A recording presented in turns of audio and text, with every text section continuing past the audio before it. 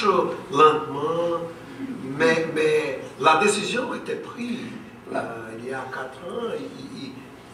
Bon, et le projet existe. Ça dépendra évidemment de comment la volonté politique et le budget arrive à atteindre la nécessité de mouvement, la rapidité, la vitesse de l'implémentation du projet. Mais le projet existe, l'intention existe, et les mouvements, et des gens qui travaillent comme nous, au ministère de la Culture ou des autres ministères pour qu'il finalement se passe réellement.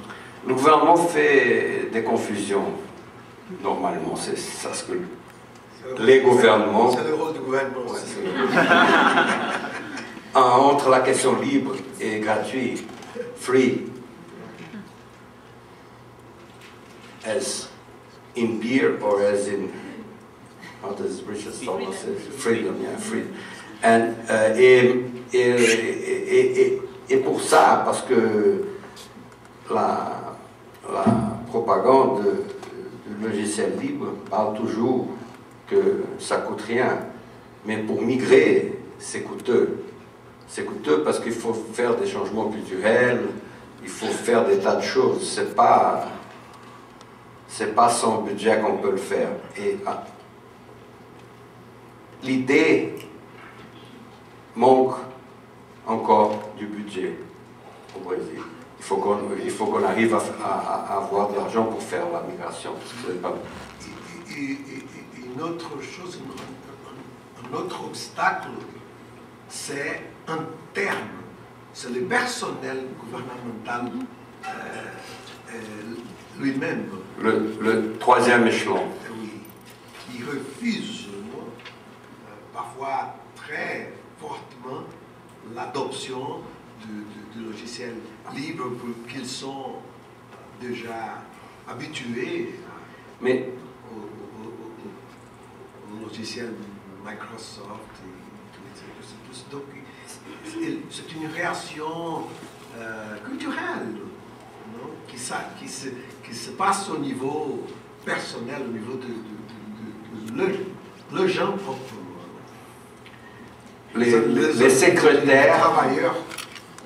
Les secrétaires veulent jouer aux patience. Comment est-ce qu'on dit? C'est patience qu'on dit? Solitaire. Et il faut qu'elle soit verte. C'est culturel. Et c'est très fort, ça.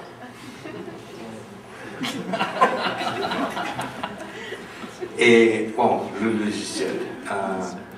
Au niveau population, quels sont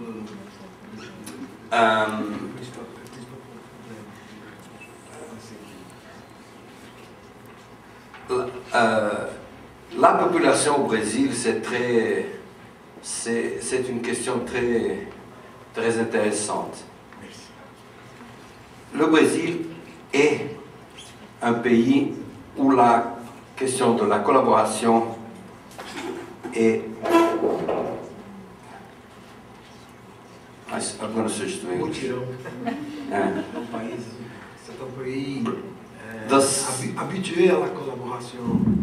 It's a natural thing, the collaboration. If you go to a favela in Rio, you find out that the houses are built by everybody getting together Saturday to build somebody else's house. That's the way they build the houses there. It's a network of people getting together to help each other. So this everywhere in land also. Yeah. Everywhere, yeah. In the country, everywhere. We have a word for it, mutirão. Like it was also in the United States, the occupation of the Western. Collaboration is something that, human beings is... I know that in Wikis there is a word that is not a word, it's like a... Ok, je vais le dire en français. C'est une façon dont il remercie un groupe de participants d'avoir collaboré. et on met une étoile. Et cette étoile, ça correspond aux étoiles des constructions collectives de fermes chez les paysans aux États-Unis. Ça s'appelle barn raising, c'était la construction collective. Et en souvenir de ça, il y a dans certains wikis des étoiles qui sont décernées. Rétablir la notion. Et... Voilà, et c'est pas pour une personne, c'est pour la collaboration. Un collectif. Bon, alors, dans ce sens-là, les gens très pauvres au Brésil accèdent l'Internet. Ça, c'est incroyable. Il n'y a pas de recherche sur ça, mais c'est absolument incroyable. Il y a la croissance du numéro de Langhouse. Le Langhouse au Brésil, ce sont des petits lieux où ils ont une connexion pirate, où ils ont des ordinateurs avec des logiciels pirates et qui chargent très peu pour les enfants, pour n'importe qui, accéder à l'Internet et jouer aux videogames. Comment est-ce qu'on sait videogame en français? Jeux vidéo. Jeux vidéo, ok. Et n'importe quel gamin dans une favela se débrouille à l'Internet. Ça, c'est une chose absolument incroyable. Oui, il y a une plateforme d'accès, le Orkut, je ne sais pas si vous connaissez ça. L'Orkut, c'est une plateforme de Google, c'est MySpace. C'est à peu près la même chose. Mais au Brésil, tout le monde utilise Orkut. Tous les gamins l'utilisent. C'est fantastique ça. Tu veux que je finisse? Il y a une tyrannie du... Je crois que si, ici, on ne serait plus... Non, très bien, mais on peut... Voilà, moi je finis. J'ai fini. Excusez-moi de l'impolitesse, mais je voulais donner la parole. On peut prendre une ou deux interventions de la salle sur le thème, parce qu'on va revenir après chaque thématique, donc il y aura d'autres occasions. Alors, monsieur. Sur la question de la blogosphère et comme espace de liberté d'expression, je voulais parler.